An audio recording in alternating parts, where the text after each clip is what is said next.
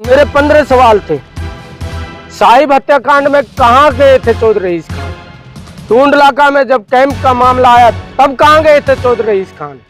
किसानों का भरमार आंदोलन चला था, उस टाइम कहां गए थे चौधरी रईस खान? घाटमिका कांड में कहां गए थे चौधरी रईस खान? मेवात पर पिछली साल जो मुसीबत आई थी उस टाइम कहां गए थे चौधरी रईस खान?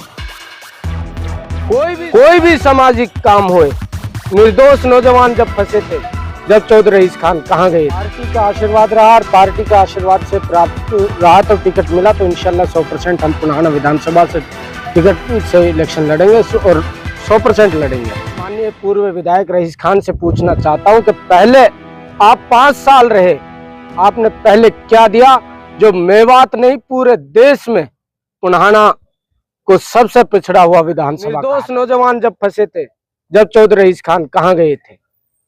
आज वो कहते हैं कि मैं पुनाना की जनता के साथ हूं, पुनाना की जनता टिकट है। क्या पुनाना की जनता उस दिन नहीं थी जब साहिब हत्याकांड में 13 दिन वो पुनाना में जनता बैठी थी और ये चंडीगढ़ में ऐशाराम कर रहा था और पुनाना की जनता वहां 13 दिन लगातार धरना पे बैठ गई और तो नहीं आए। और मैंने बिल्कुल पार्टी का आशीर्वाद रहा और पार्टी का आशीर्वाद से प्राप्त रहा तो टिकट मिला तो इंशाल्लाह 100% हम पुनः विधानसभा से टिकट से इलेक्शन लड़ेंगे और 100% लड़ेंगे। मैंने जो अपनी फेसबुक आईडी से जो सवाल किए थे, मेरे 15 सवाल थे जो चौधरी रईस खान से डायरेक्टर थे। जो चौधरी रईस खान आज भी, उन्होंने एक कार्यकर्ता मीटिंग बुलाई थी तो वो उसमें एक बड़ी बड़ी घोषणाएं कर रहे थे, जैसे कि उन्होंने पिछली बार पुनहाना में विकास की लड़ी लगा दी हूं। उन्होंने कहा कि मैं 4 तो सब डिवीजन 33 केवी के बिजली घर दूंगा।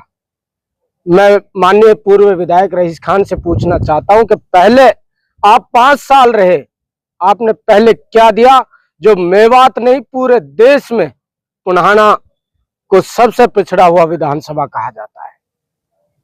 उसके बाद मेवात में कभी भी कोई मोमेंट हुआ, चाहे साहिब हत्याकांड हुआ, आप मेरे 15 सवाल थे।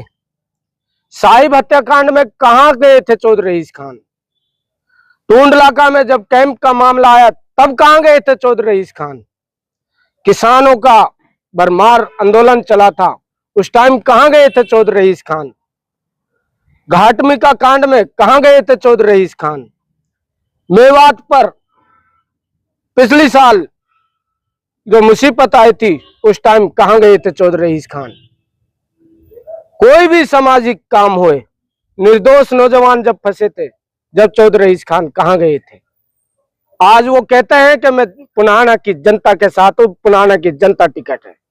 क्या पुनाना की जनता उस दिन नहीं थी जब साहिब हत्याकांड में 13 दिन वो पुनहाना में जनता बैठी थी और ये चंडीगढ़ में ऐशाराम कर रहा था और पुनहाना की जनता वहां 13 दिन लगातार धरना पे बैठ गई और तो नहीं आए? मैं चौधरी रईस खान से यह सवाल पूछना चाहता हूं, इसका जवाब दीजिए।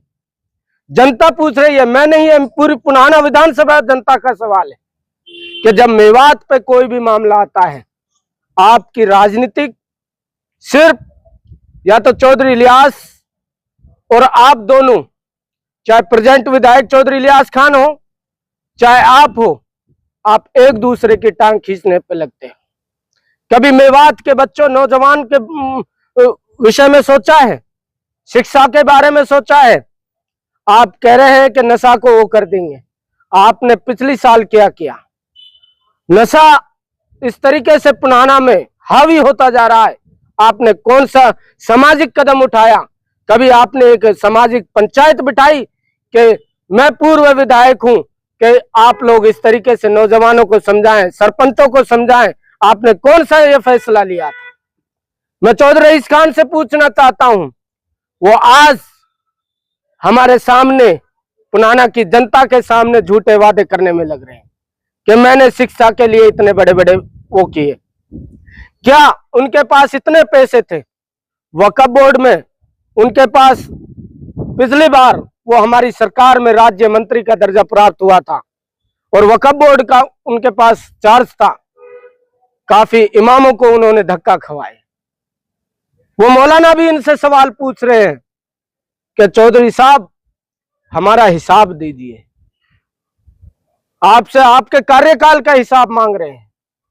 और मैं चौधरी साहब आपसे भी ये पूछना चाहता हूं, आप पे अल्लाह ने इतनी दौलत दी है, क्या आप अपना बिजनेस एक माइनिंग में, एक करेसल में तो लगा सकते हैं, क्या पुल्हाना की जनता के लिए अपनी तरफ से एक यूनिवर्सिटी और कॉलेज नहीं बना सकते?